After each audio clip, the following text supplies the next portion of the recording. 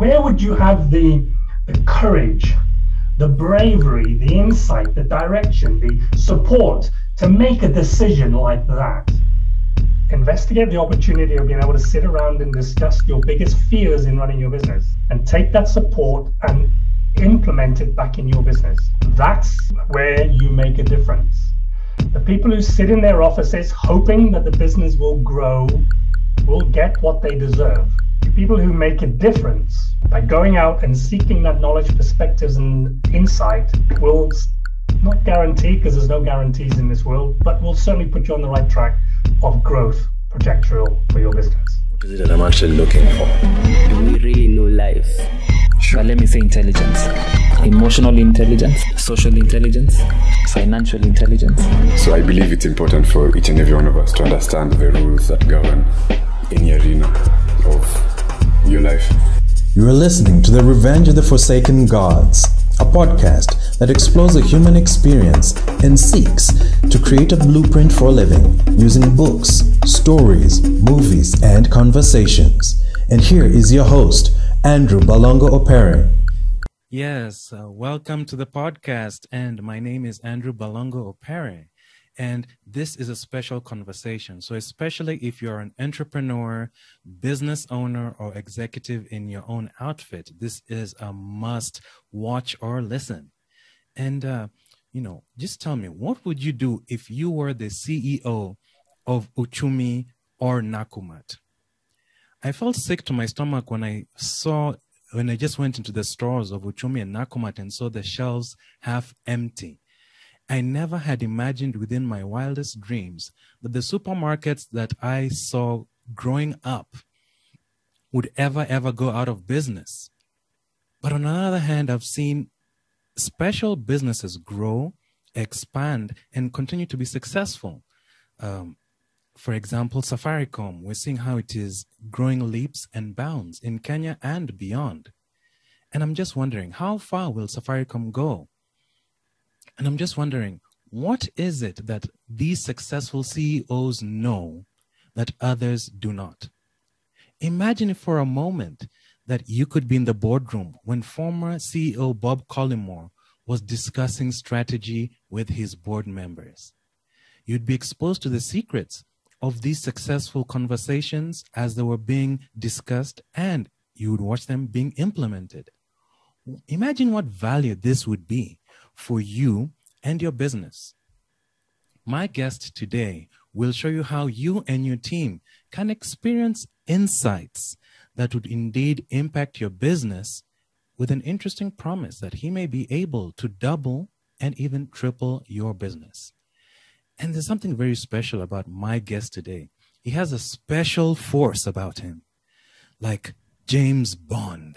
He has been on the battlefield, and he knows he's experienced enemies, and he knows what it means to be brave. So he's been in the UK Army for over 15 years. He transitioned into hospitality, where he was serving politicians, film and opera stars, and he went all the way to being the CEO. And also being an entrepreneur in his own right. He has seen how entrepreneurs spend sleepless nights trying to figure stuff out and just wondering how can they get the stuff that they need to know. And this frustrated him to the point that he decided he was going to become an executive coach. And he became an executive coach to senior executives to open up their perspectives to success. And he's found ways of bringing that knowledge together, not just theory. So, without further ado, let me bring this special force of a gentleman who he has the heart of a teacher, and he wants to make you succeed. Let me introduce to you, Lindsay, Colin Lindsay. Welcome. Good morning, and wonderful to meet you all, and thank you very much for that introduction. I was wondering who you were talking about when you were introducing me, but thank you very much, and thank you very much for that. Wow, it's the real deal. And, I just got excited when I hear what you do, because for a long time, I just heard growing up that leaders are born, they're not made. So I never knew that there was something people could learn in order to be that leader. And how is it that you got into being what I would say, the coach towards executives? Yeah, well, that's a great question, Andrew. And I guess to understand how I got there, one has to understand the journey of how one actually gets to that particular point, I think. And for me, that started very early in my life as a soldier. As you mentioned rightly, I was part of the British forces and very quickly got into the special forces. And leadership is obviously very strong within a military organization. And therefore, leadership is instilled into us very quickly and very strongly. And being able to rely on each other and learn from each other and support each other. And if I take the ethos of the military in general, and this will be around the world, is that the purpose of the military is to help people who are less able to protect themselves. And in many ways, what we do as an executive business coach is help people to grow and to develop if they can't do that themselves. So we instill the same kind of properties into helping people who are less likely to help themselves to grow their businesses, support their communities, and obviously the economies in the countries in which they're living. So when you bring that leadership together, it is about really helping other people to grow, to get the best out of them, to reach a potential that maybe they wouldn't have achieved on their own. And all of those are elements of executive business coaching, is to bring out the best, bring out the strengths in people to help them to achieve what it is that they wish to achieve in their entrepreneurial life, and very often also in their personal life. So it's a long journey. It's a long path that you have to run to get there. But it all is in line with what it is that I do and enjoy. Wow. And from your experience, what have you noticed are the major mistakes that leaders make in trying to make their outfits run properly? Yeah, it's a great question as well. I never look at it as mistakes, Andrew, because everything is a learning thing. Edison had 10,000 attempts at getting it right. So it's never a failure, and it's not something they're doing wrong. And if you look back at that, you only know what you know, and you don't know what you don't know. So therefore, it's never a failure and never a mistake. But there are certain things, obviously, that entrepreneurs and leaders sometimes forget. Firstly, they forget that it is their responsibility to ensure the growth and the development and the future of the business that they're running. They have a responsibility to the people in who they employ to ensure that they can continue to give them stable and sustainable employment. So they've got to think of it not what's in it for me kind of attitude, if you like. I'm going to run a business and I'm going to make a lot of money. I would say that's a mistake because it takes a long time to earn a lot of money as a business owner and as an entrepreneur. So if you focus, I think, on the people that you bring in and focus on the correct direction of your role, then I think that would be the first step in getting it right. As opposed to thinking, well, I'm the best at everything, and therefore I'm going to do everything. And that whole average of people or business owners and leaders are on the shop floor on a day-to-day basis, instead of sitting in their office and thinking strategically about the growth and direction of the business in which they run. And as I said before, it's their responsibility to ensure that they do their job and ensure that other people are doing the jobs that they are employed to do.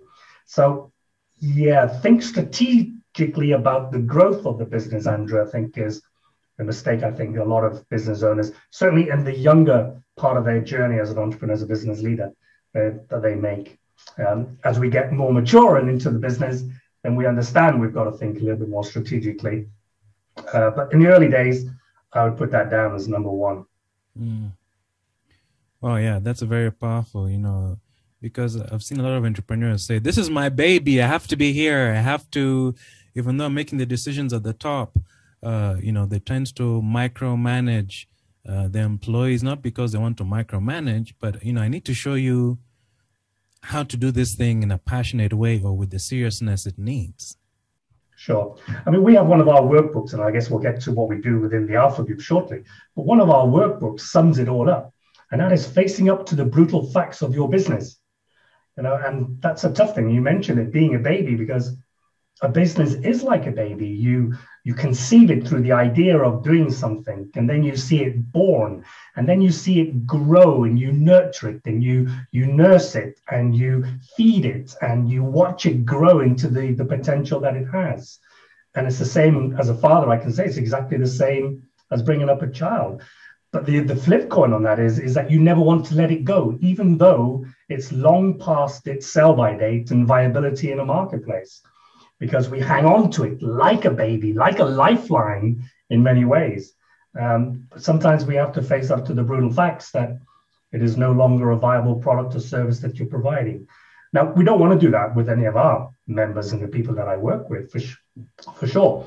But we've got to look at the viable options and taking it through that particular stage in the journey of the business. And that's tough sometimes for business owners and business leaders.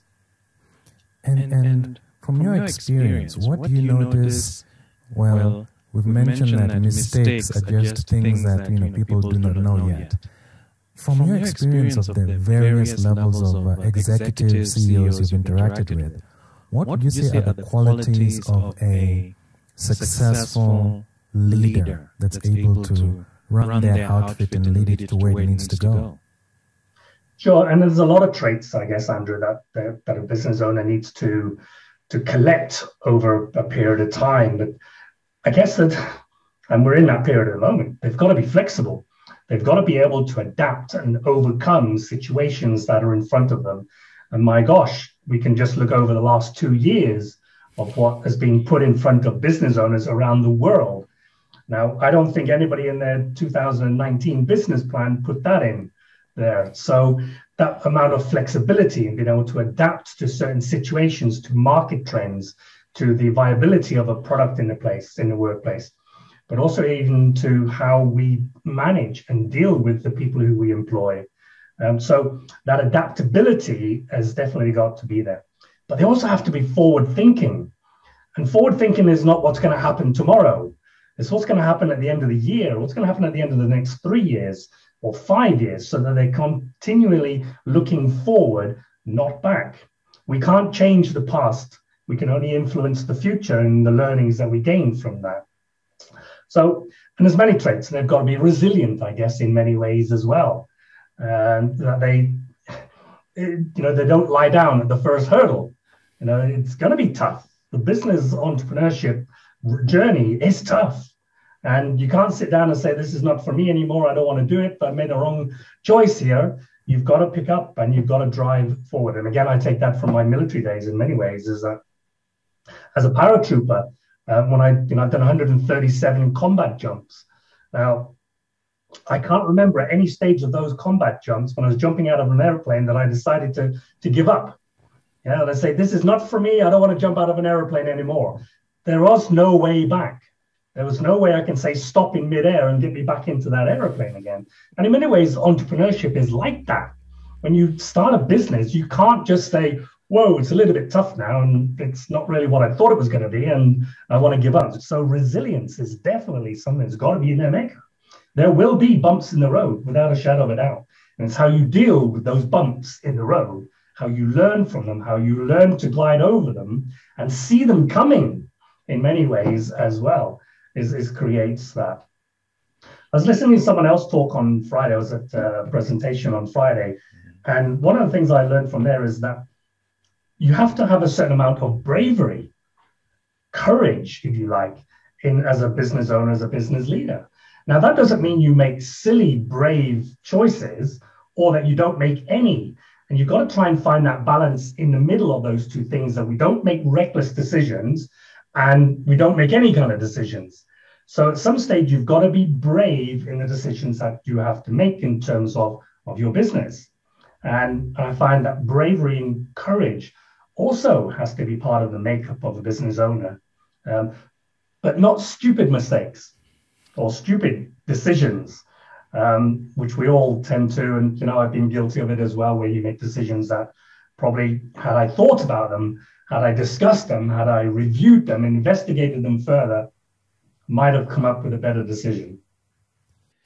In fact, a common thing that I keep on hearing is there's something that a leader needs to know, in order to move forward, in order to be resilient, all these qualities that you're naming.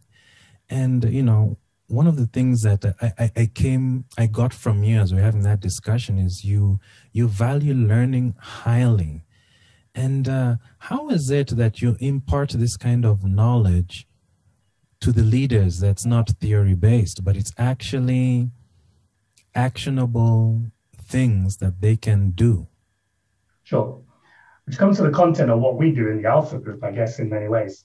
But before I answer that question, if I may, Andrew, I just want to answer something else there. Sure. Is that when you become a business owner, an entrepreneur, very often you're very good at what you do. Okay? So you decide, but I'm a very good car mechanic, or I'm very good in the manufacturing of something, or some kind of tech job. You're very good at it. And therefore you make that decision that you want to now set up your own business. And the challenges of most startups, of a lot of SME businesses, is that they have the skill set to do what they do well, but they lack the leadership, development, focusing, building strategies, and the business side of what is involved in actually running a business. And very often I find that when I speak to them, they've had no formal training in leadership. They've had no formal training in entrepreneurship or business ownership, and all of the hurdles that we have in running a business. It isn't about just being good at what you do. It's about being good at running a business. And there's two different areas there. Now, what we do within the Alpha Group has nothing to do with making them better at what they do. I can't make a dentist a better dentist, but I can help the dentist run a very profitable and growing business. And that's where we focus on within the Alpha Group, is to help them to think strategically in the way that the business is run. Yeah. So, and the way we do that is through, I guess to start with, through that collective knowledge that is created within our Alpha Group boards.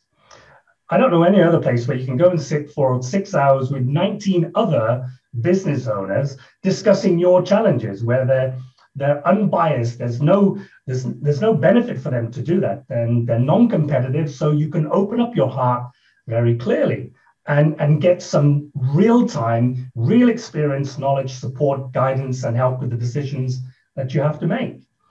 I don't know anywhere else that you can do that in terms of peer-to-peer groups, and there's a few of us around.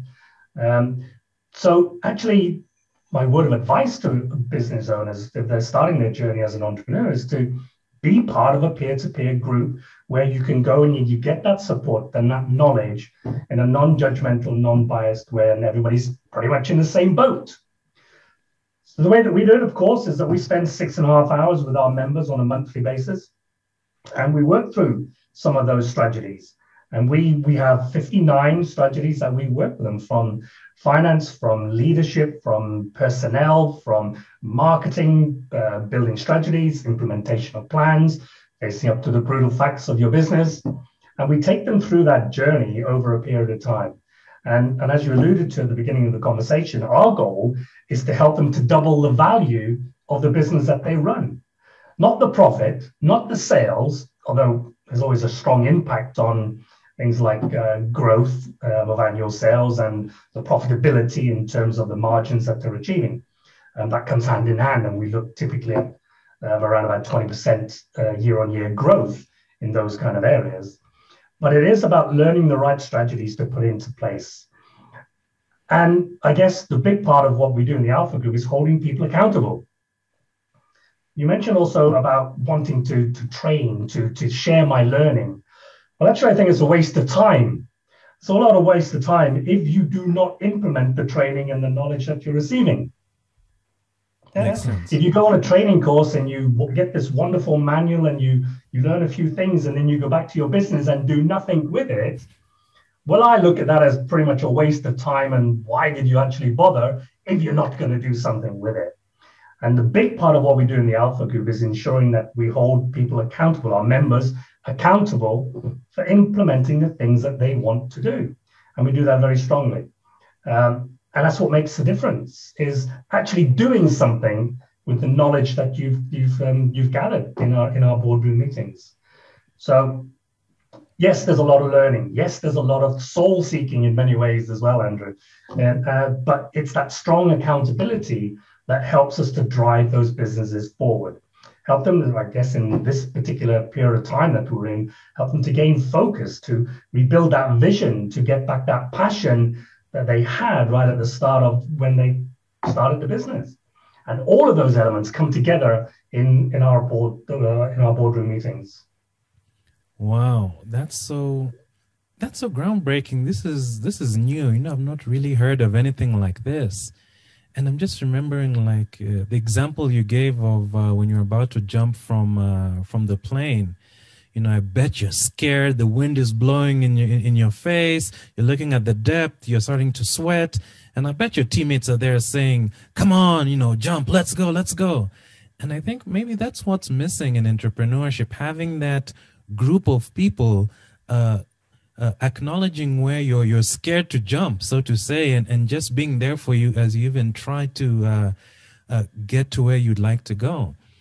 Yeah, totally. And the analogies can go on from there about you're stepping into the unknown, but you're not on your own. And you have teammates around you. You have that support. You have more experienced people lending that experience and support to you. You have younger people coming through the journey who you also can then share your knowledge, your experience, your training about it as well. And stepping off that platform into the unknown is what I allude to very often, is what entrepreneurs do when they start their business. It is unknown. They don't know what's going to happen. And the only thing they can rely on is their training, their knowledge, the experience that they've gathered over the years, and hope it goes right. But as I say, in the Alpha Group, there's 19 other people who have been in the same place as you, are in the same place as you, and who share that knowledge and a proverbial arm around the shoulder, if you like, when you need somewhere to go and just vent sometimes and just open up.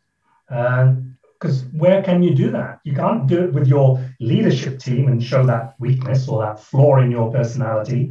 You can't go to your shareholders because they'll think, maybe this person isn't the right person either. Your family and friends are lovely people and they will put that arm around your shoulder, but will they be able to give you any hardened advice and guidance in what is it stopping you from driving the business forward? So where else do you go except to a peer-to-peer group where people are in the same boat, who've experienced what you're experiencing at that particular time? They're non-judgmental. They've got no interest in giving you advice or not giving you advice. You're not in a competing industry sector.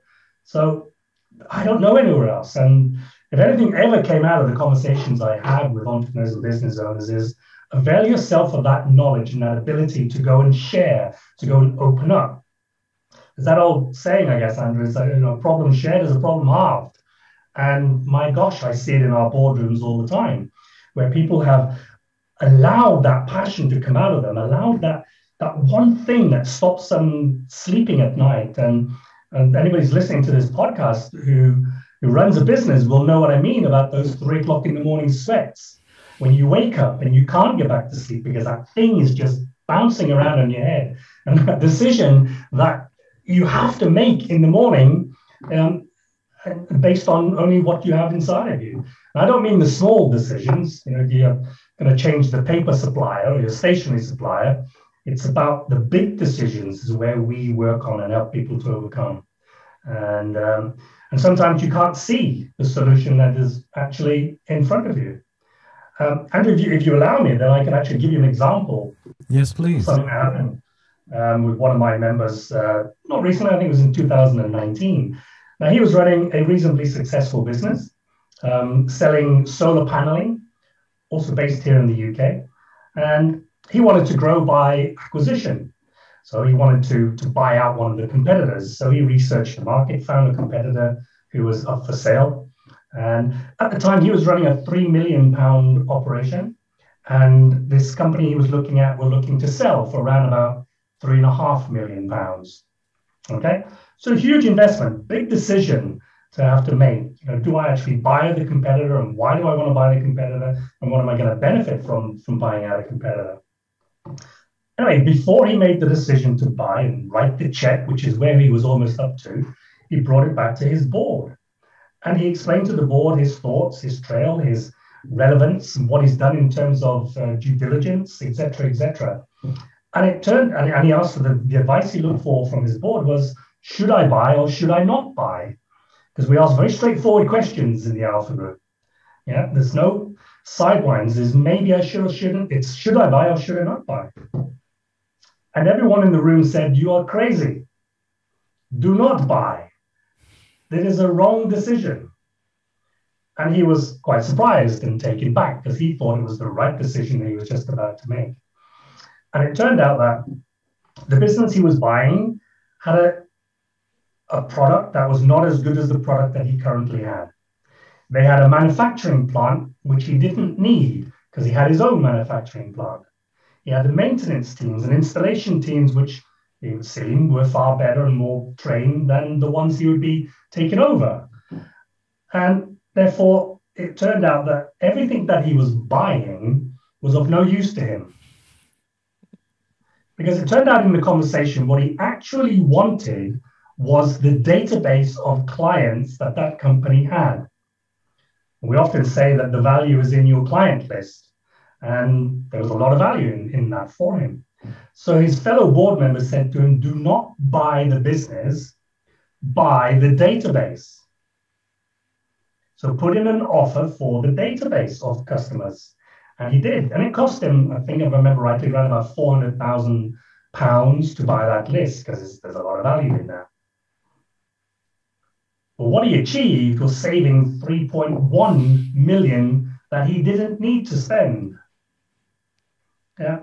And that's the kind of, and he couldn't see that before taking it to his board. He was so emotionally involved in buying the business and seeing his business value go to, whatever, 7 million. He couldn't see the clarity of the decision he was going to make. And his board, they're involved in it. They don't have any investment in it. They just said, you're crazy. Don't buy it. Just buy the database. That's what you want. Why buy anything else? Everything else is dead wood. So, and we have hundreds and hundreds of examples of these decisions that our business owners sometimes are put into a position to make without investigating them fully. And that's what the board did to him. So saved him 3.1 million. I think he got the beers in that evening. Oh, definitely. It seems there's huge benefit towards just having different perspectives that you have access to. Maybe would you mind just sharing what are some of the concerns that maybe some people might have about joining such a group? Maybe, this peer-to-peer groups is a new thing. We've really not heard it. I only hear it maybe with, the top CEOs of top companies, having board members. Yeah. I mean, there's many reasons of being part of a peer-to-peer board. And unfortunately, not enough people avail themselves of that power, if you like, and the knowledge that comes from that collectiveness of experienced business owners. The way I sometimes look at it, Andrew, is that a business owner who's been in business for 5 years is as good as any business consultant that is in the marketplace. Because they've been there, they've done it, they've got the scars, they've learned, and they are now implementing the successes that they should have. But, there's only ever two reasons that people decide not to join either our peer-to-peer board or another one, and that is their fear of the investment that they have to make and the fear that they don't have enough time to invest in being part of the board. And let me answer both of those first before we move on to what they would actually gain from being part of us. Often they say, oh, that sounds expensive or it's too much to invest as a member of one of our boards.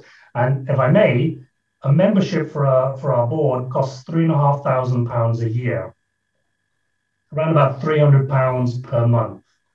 Now, if you're not looking to, or can't, or not in the position to invest that kind of money in the growth of your business, I don't know what else you should be doing, to be honest. So we mentioned earlier that our goal is to help all of our business owners to double the value of their business over 2 to 3 years. So if you're looking at the investment of maybe maximum of £12,000 and we double the value of your business, which, by the way, we've never failed to do, that seems like a good return on investment to me. The second one was time. And very often when I speak to business owners about becoming members, they say, oh, I don't have the time, Colin. It sounds great and wonderful, but I'm so busy in my work that I don't have time to take a day out to focus on the growth. Well, there's the answer. I don't have time to focus on growth.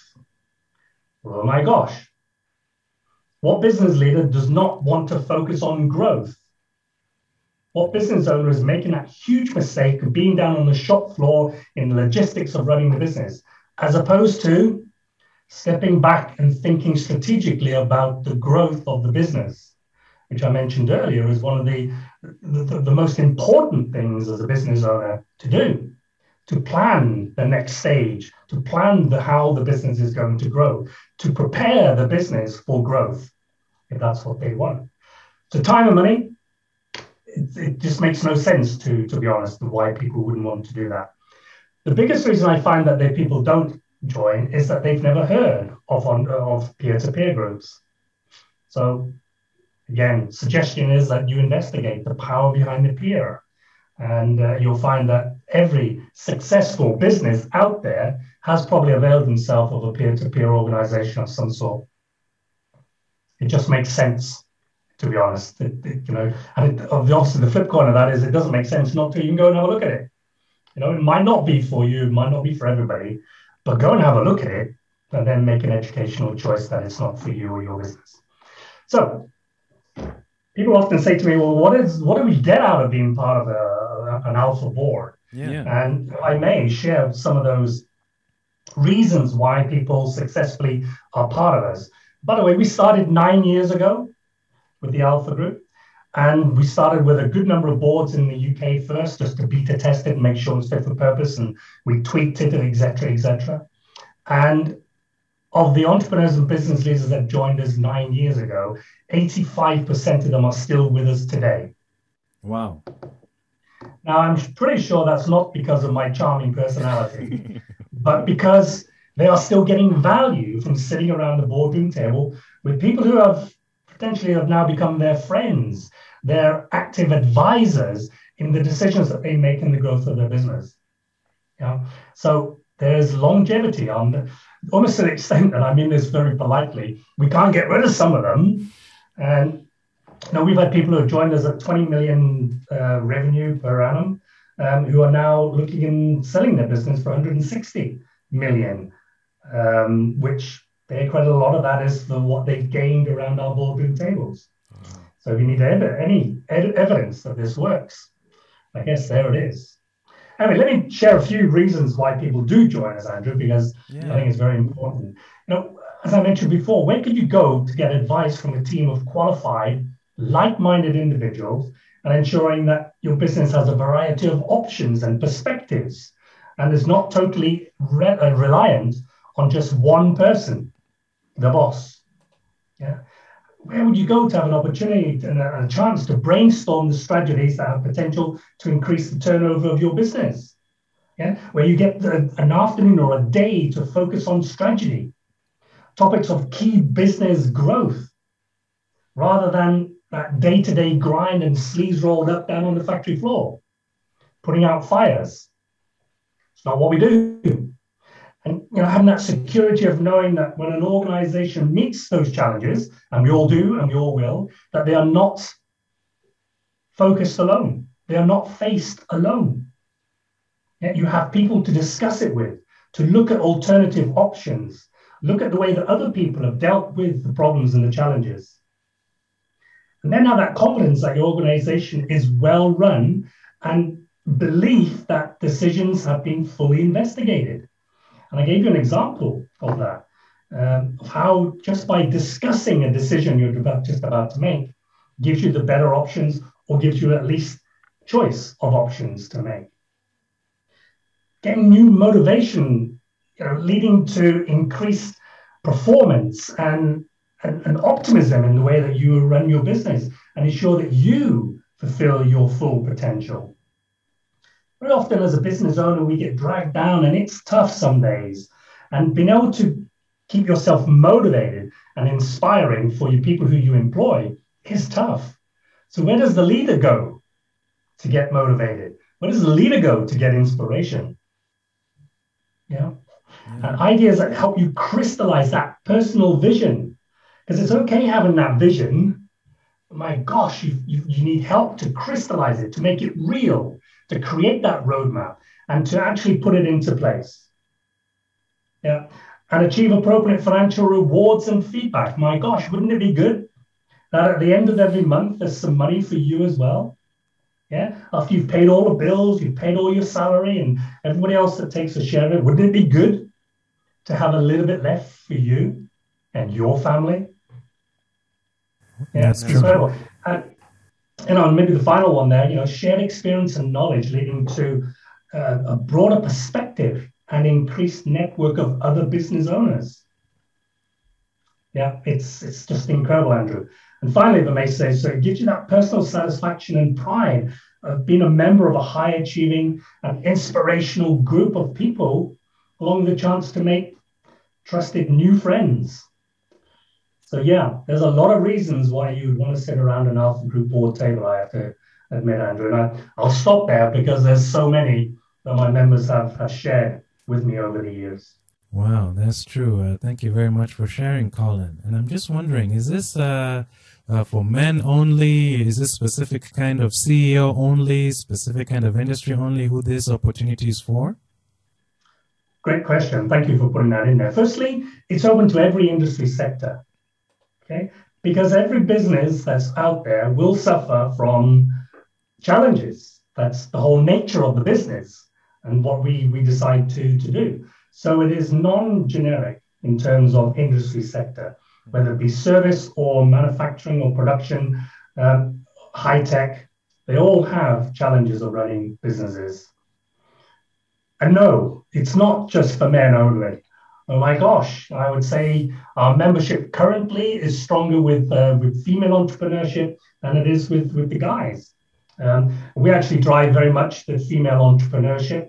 We have female-only boards, yeah, because apparently they don't want to sit around the table with us testosterone-filled gentlemen. And they requested, why can't we have our own female-only boards? And that's a big drive for us at the moment. There's a lot of interest in that. I think the boards could run well because I can't attend. Yeah, they won't allow even me to come and attend their boardroom meetings. So I have to presume that they're running well. And I know my fantastic female regional directors are running them incredible. What was the third part of that, Andrew? There was another part. Yes, the kind of people who this opportunity is for. So you mentioned that it's not industry specific. It's for both men and for women. So I think you've covered all the parts of the question. There is one thing I just want to add into that, Andrew, if I may. Sure. Is that when you start a business, you start with that enthusiasm, that drive, that passion about making it want to work. And so you start way up here. And as the months and the years go by, you find out that it's very tough and it starts to go downhill. And you lose that momentum, you lose that motivation because it is tough. And you're doing 12, 14-hour days and getting almost no return in terms of that. So what we look for in our members is also certain traits. And that is, firstly, being open-minded to change, because we're going to ask you to change. We're going to ask you to put in some strategies or test the strategies that you currently have in place. And we all know that change is painful and it's not for everybody. They don't want to step into that arena where they're going to be asked to do stuff that they haven't done in the past. But if you want to change the business, if you want it to look differently tomorrow than it did yesterday, you've got to do something different. And that's what we will ask our members. Yeah? We are also looking for people who are willing to give and share their knowledge and experience, who are there to help other people around the table. Yeah. Now, I'm a firm believer that most people believe in, what's in it for me. Yeah. And I get that. I understand that. They've made the investment. They're making the effort. And what's in it for me. But they also have to have that mindset of how can I help others achieve incredible results? Because if everybody who sits around the table thinks that way, the energy and the power that is created around one of our boards is phenomenal. Yeah? You're getting all this stuff coming at you, and you're giving all that stuff to other people who are struggling in certain areas. So open-minded to change, yeah, but a mindset of growth as well. Because if you ask any business owner, Andrew, I can tell you they all say, I want to grow. Yeah. But you can't sit back in your office with your arms folded and hope it's going to grow. Yeah? That's what we call hope marketing. And I can assure you it does not work. Yeah. Just by default, my business is going to grow. So we need people who are enthusiastic about growth and are willing to do almost anything to achieve it, who are not going to give up halfway through the journey, and people who are open-minded to change. We can help those people. Sorry, we do help those people. Yeah. Yes, I'm excited to hear, because yes, those are traits that cut across the board if you want to learn any new thing to change your life. And I think what's exciting is the professionals that you have in the board, but on top of that, you have coaches available. So, you're getting unbiased information where they can help you uncover blind spots that you may have. So there's the peers who share, and then there's obviously you or the regional director who's in a coaching capacity that can even exponentially help you see yourself more. Yeah, so for sure. So that's very humbling. And would you mind just sharing one more story of an entrepreneur that you've guided and helped to transform their business? Sure. And we have many entrepreneurs, obviously, that help them. And actually, we have a product that I'm guessing probably most of you have used that belongs to one of our Alpha board members. Okay. And I know travel is not easy at the moment, but the next time you get on an aeroplane, I'd like you to turn the seat buckle over, the metal seat buckle over. And on the back of that, there'll be a brand, and that brand will be called Am Safe. Okay? Guaranteed. And I've traveled all over the world in the last 9 years, helping entrepreneurs in 33 countries. And I've not yet flown on an aeroplane where I haven't managed to see that brand. And you can imagine I look now every time I get on an aeroplane. Yep, there it is again. So it doesn't matter which airline it is. And he joined us 9 years ago. He's one of our long-standing members who's now an ambassador for the Alpha Group as well. And he started with us with a small firm who were making these buckles and harnesses for cargo holds, etc., etc. And at that stage, he was doing about 20 million. Yeah, 20 million, reasonably sized business, but had a lot of potential. And he worked with us for those 9 years. And he's now sold his company for 180 million to an American firm who are looking to take it on.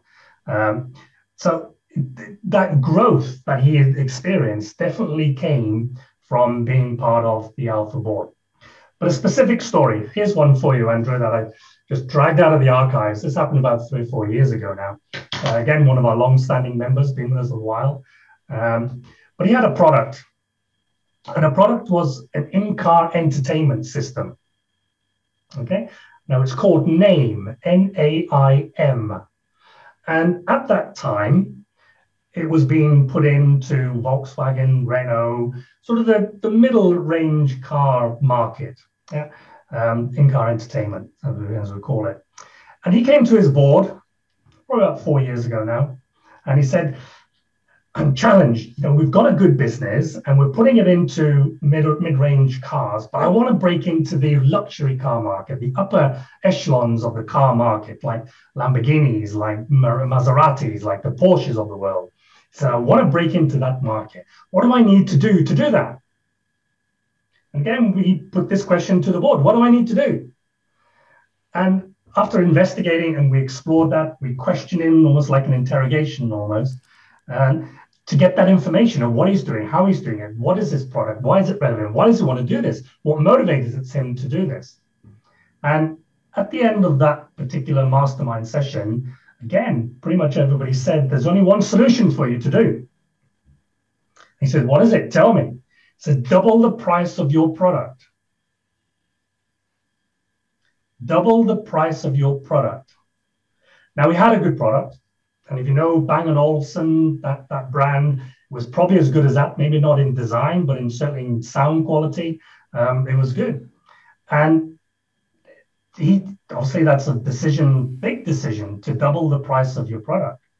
And before I tell you the outcome, I want to check, where would you have the courage, the bravery, the insight, the direction, the support to make a decision like that? Just to go back to your base and change your marketing, your price list, and just double it. That's a decision, isn't it? That is. Yeah. But let me tell you, he did go and do that. He took the advice of his board and the support from his board, and there was a lot of other conversations that followed on from there. And he now sells into all of the top brands of cars in the UK. 2 years ago, I know he branched out into the US luxury car market and is making huge inroads into them as well. But as I said, where would he have the courage alone to make that kind of decision? But his board gave him that courage. Yeah. So yeah, endless. I can stay on the podcast all evening with you, Andrew, and lay stories of wonderment. And some of the breakthroughs are small, of course, and they're just making other decisions. Someone once asked me, my challenge was, how do I get rid of one of my fellow directors? He was a sales director. How do I get rid of my sales director because he's not effective in the business anymore? Now, I would say that's a very easy process to follow. Yeah. But here was the challenge. But he's married to my sister. Yeah. That makes it a little bit more complicated, would you not say? True. Yeah. So he had to manage through that emotional, not only the economic decision that he has to make. If someone's not performing, you get rid of them eventually. But also what would be the comeback from his sister. So he had to deal with the emotion that decision would create as well. So yeah, so it's not all plain sailing. So how did that end up? Yeah, I can't share that with you because it went into personal. Again, one of the things that we're very careful about in the Alpha Group is that confidentiality as well. So business decisions I can share, and they've given me permission to share those ideas and breakthroughs. Some of them we don't want to share, Andrew, but they're still happily married. I'll chuck that in. They're still happily married, but kid gloves.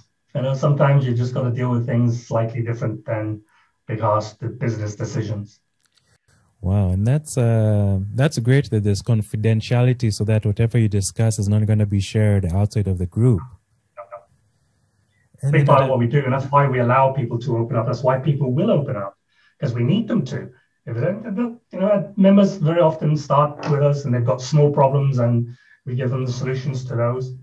But what happens after 4 or 5, 6 months? They go, "Wow, this is a great place. This is a confidential environment where I can actually share emotionally." And we do have people breaking down into tears in a good way, because they've been able to release that emotional problem that they have that's been stopping them sleeping at night, as I mentioned, and being able just to release and share it with actually a room full of people who are listening. Yeah, not just paying lip service to it, but they're seriously listening to what's going on in that gentleman's businesses and ladies' businesses. So it is a huge emotional release that they can just let it out there, and people are seriously interested in helping them overcome it. So yeah, that does happen. Wow. And something that I normally like asking my guests before we wrap up the podcast is, who have been your influences in your career that have helped you be the person that you are? And especially we can focus in, you've been in the army, you've been in hospitality, you've been an entrepreneur. Who has influenced you in each of those? Yeah, I mean, I can mention names, but they won't mean anything to anybody. So I guess no point in naming names. But during my military career, we are faced with a lot of challenges, as you can imagine, and some things that we see that we can't unsee.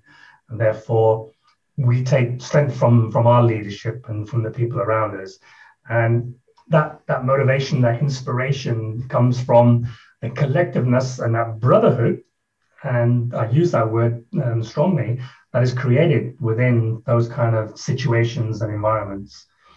the way that we lead on each other, the way that we rely on each other, the way that we trust each other, not with a business decision, but with our lives in many ways.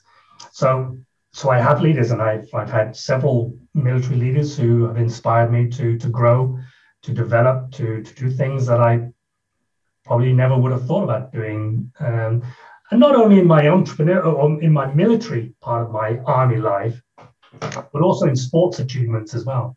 I've played an incredible amount of rugby in my life. Wow. And that was given to me by the military. I've become a top skier, downhill skier, given to me by the military. And I come from a history of military people as well. So, my father, I guess, was very inspirational to me. I think my mother said I was always going to be a soldier from the age of 5. and I fulfilled that prophecy or desire to become that person. But then I had that decision after 15 years, as I mentioned, that I was going to leave. I made a decision I was going to leave. I think I'd done my time. I'd given enough to the service of my country, and I decided that it was time to move on.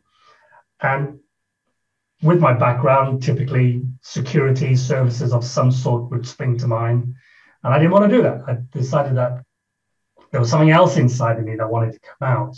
And I always look at my life, Andrew, as a book with many chapters in it. Yeah. And I needed to create another chapter, which wasn't an ongoing from the previous chapter.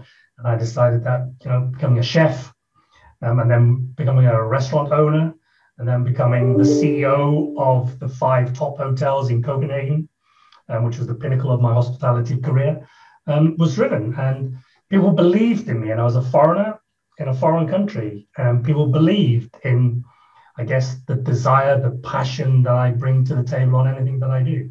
So that helped. And then becoming an entrepreneur and a business owner myself. And I guess that started, I had my own restaurant in Copenhagen as well, and enjoyed that experience very much.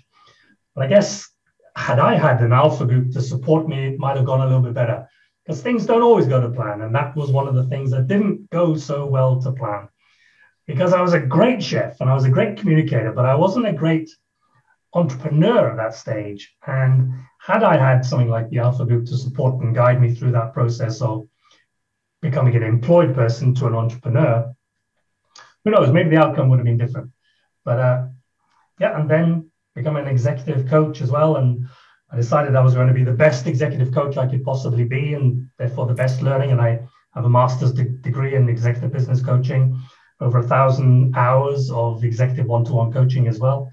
So if anybody is looking for some coaching, obviously I'm happy to sit down and have a coffee and explore that opportunity.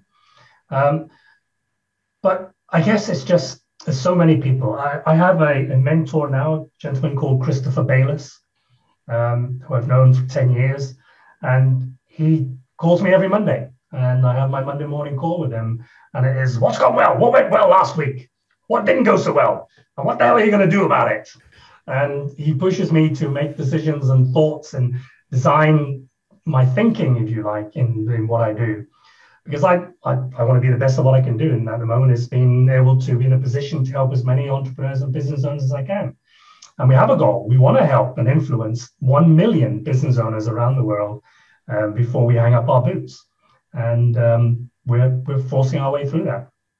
And if I may just, again, look at the way I get inspired by things that are going on in the world and the influence that we are having on the people with whom we touch.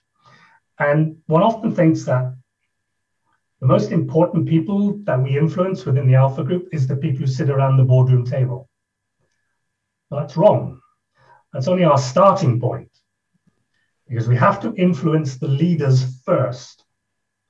But that is with an idea that they then take that learning and that inspiration and motivation and take it down into their leadership team and help the leadership team to become better at what they do.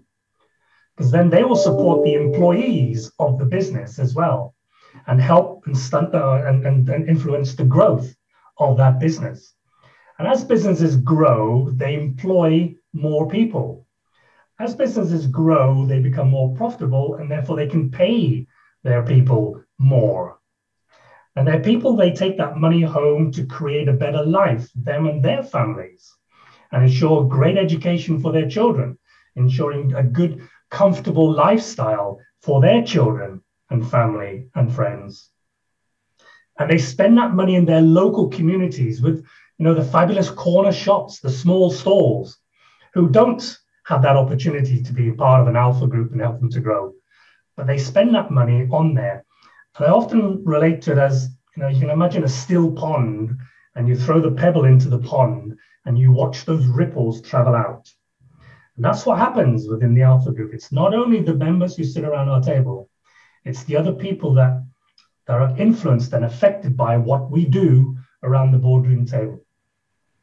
We make better leaders, they will make better businesses, and they will impact their communities. And that's what we look at. And that's what motivates me. It's what makes me get out of bed in the morning and do what I do. And long may that continue, I have to say, Andrew. Wow, that's very powerful. Impacting the leader to impact the business, to impact the community. I've rarely heard of that kind of thinking, in any of the materials that try to help, businesses that I've come across. And I just wanted to confirm now, you said that this outfit is based in the UK and you help multiple countries. Is Kenya included in that list? Sure is. We have 5 fantastic regional directors who are building boards in Nairobi at the moment. So absolutely, you can either obviously connect with Andrew or connect with me direct. I'm sure Andrew would share my email as well. And you could get involved in being part of one of the Nairobi boards. And I'm pretty sure that they would welcome you with open arms. Often I say, if you don't know what it is that we do, then find out what we do. Yeah. And then if it fits with the way that you think, it fits with the way that you want to grow your business, then get involved. And we do allow people to come along once and have a look at what we do before they have to make that decision. But yeah, come along and have a look at it. Awesome, awesome. And before we get to the point where you can share the information, where they can find you so they can get that in-depth information, I normally like to ask all my guests, which 3 books have influenced your life and you say that is recommended reading? Which 3 movies or series are you watching that impacted your life? It can be either in the past or current. And which 3 songs or 3 artists that you just recommend? Yeah, it's a lot of questions here. Here's the first book that I read many, many years ago. And I've read it many times. It is what we call a well-thumbed book. Yeah. And if I just feel a little bit down and I haven't got anybody to speak to, I pick up this. Because what Napoleon Hill put in this started my entrepreneurial career. Yeah. It is inspirational, it is directional, but it is about getting off your backside and doing something. He doesn't pull any punches here as well. So strongly recommended if you are in an entrepreneurial life and you haven't yet read this, get a hold of it. Yeah. And read it. It's not a novel. You don't read it all the way through, but there is so many things in here that'll inspire you to greatness. Yeah. There's one I'm currently reading. So this is the book I'm currently reading, which is Many Lives, Many Masters by Dr. Brian Weiss. Yeah. I don't know if you've read it. I don't know if you've seen this book. It's very inspirational. It gets you to think in a different way. Very interesting book. So this is what I'm currently going through, recommended by my girlfriend. So Many Lives, Many Masters, introduced to my girlfriend, who, there's that spiritual connection about looking at who you are from a different perspective and from that internal power that drives us, which inspires me a lot. So that's what I'm currently reading. And another thing is CEO Test. Yeah, it's a fantastic book by Adam Barrett and Kevin Scherer, which again gets you to think as a successful CEO and see what your role involves in when you become a CEO. Highly recommended. Again, it's an exercise book. You pick it up, you read it, you implement, you think about it, you reflect, and then you take from it what you think you need. So definitely. Wow. Films. My gosh, there's so many great films. One of my best films, and I'm not saying this just because you're from Kenya, there was a film about that was called Out of Africa.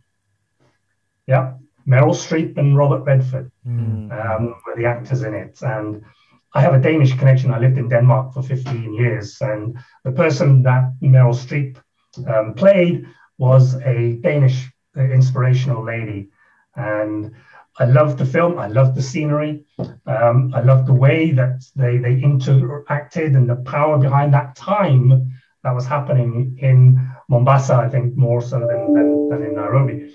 But it was a great film. The music that goes with it is wonderful.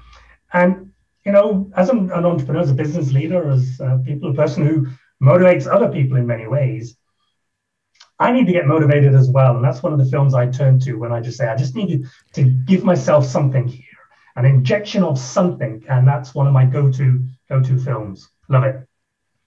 And my regional directors in Kenya, by the way, have promised me a safari when I come down to visit them, which will hopefully be next year. Awesome. So, what other films? I like to laugh, and I like to laugh that it hurts me until I can hardly breathe. And there's a film there that's been around now for quite a while, but it's called 4 Weddings and a Funeral. Yeah. My gosh, every time, and I've watched it 50 times, I don't know. I know every word of it. I can cite script, but it still makes me laugh so much and enjoy what I do. Because sometimes you've got to turn that head off. Yeah. And again, as business leaders, we are at work all the time.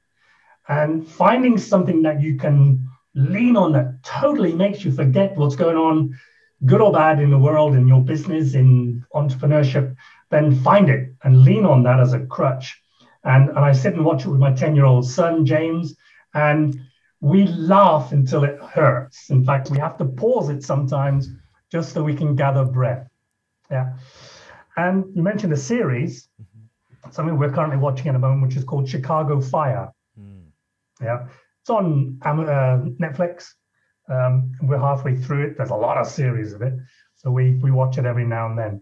And it is about the lives of firemen and the emotions that happen within a firehouse and the emotions of injury that happen to good people out there and how they overcome, unfortunately, bad things that happen in the world and how they deal with those emotions. And that inspires me as well, looking at these very, very brave people. Now, who the hell wants to run into a house that's blazing away? Well, I'll tell you who does that. Brave people, yeah, who care about what happens to other people, yeah, about how they can influence the outcome of probably one of the worst situations they're going to be faced with. But they don't bat an eyelid. They go in there and they do the best that they can with the situation that they're faced with. And for me, firefighters, some of the bravest people in the world.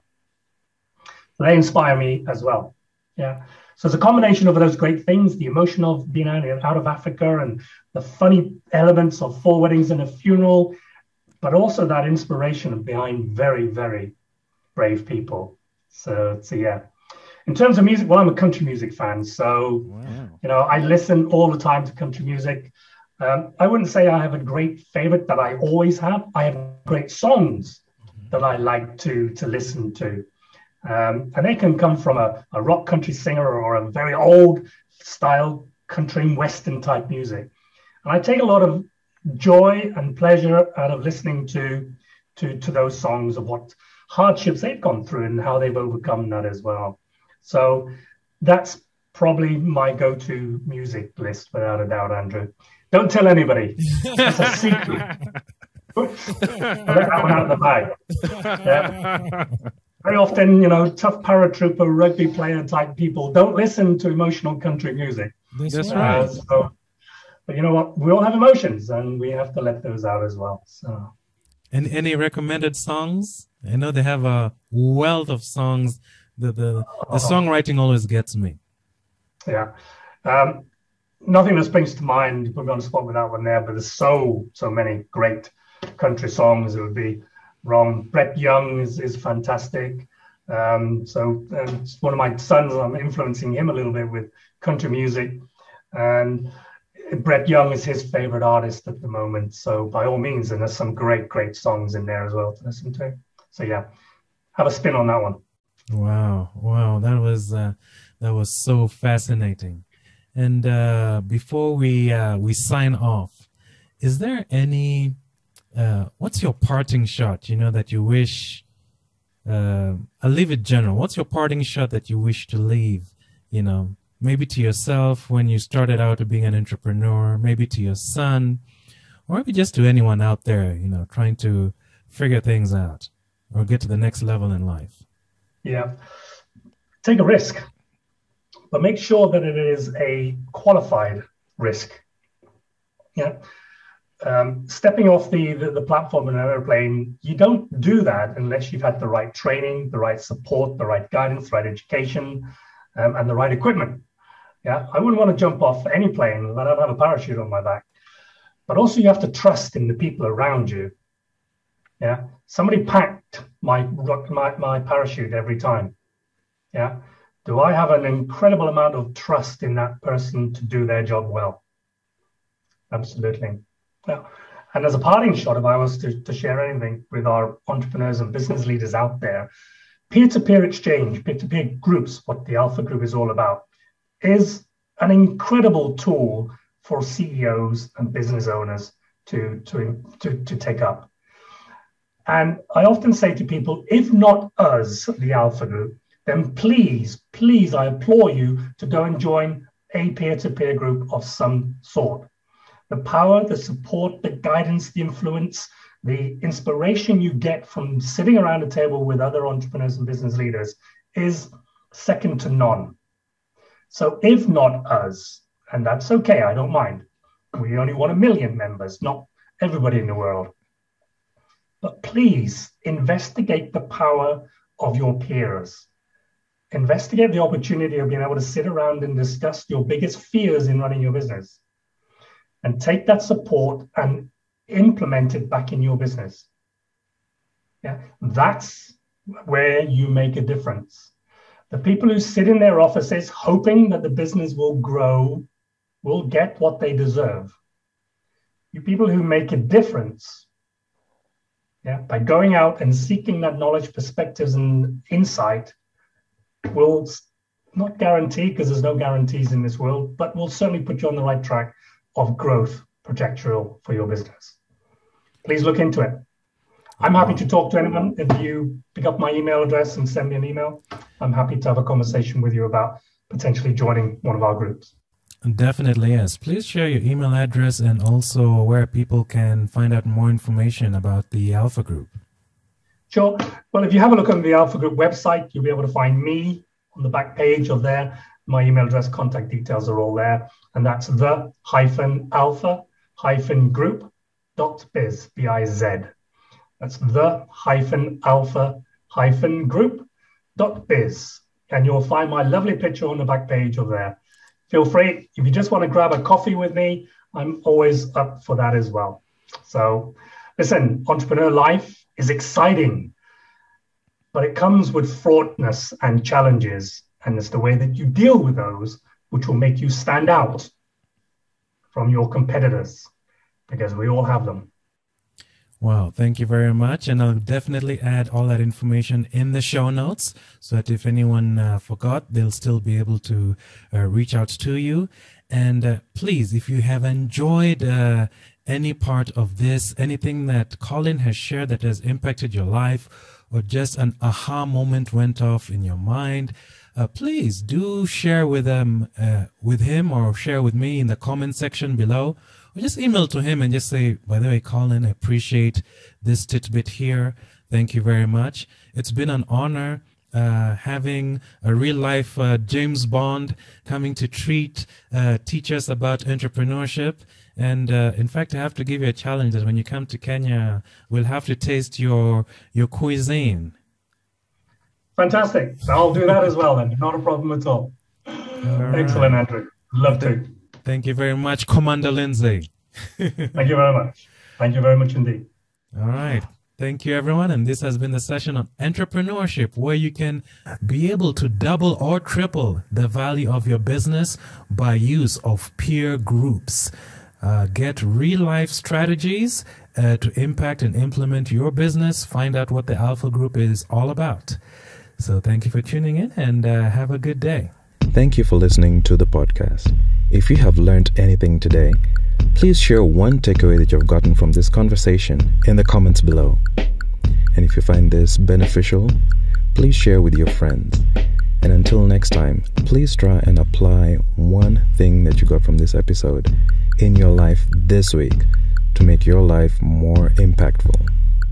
Thank you and have a great day.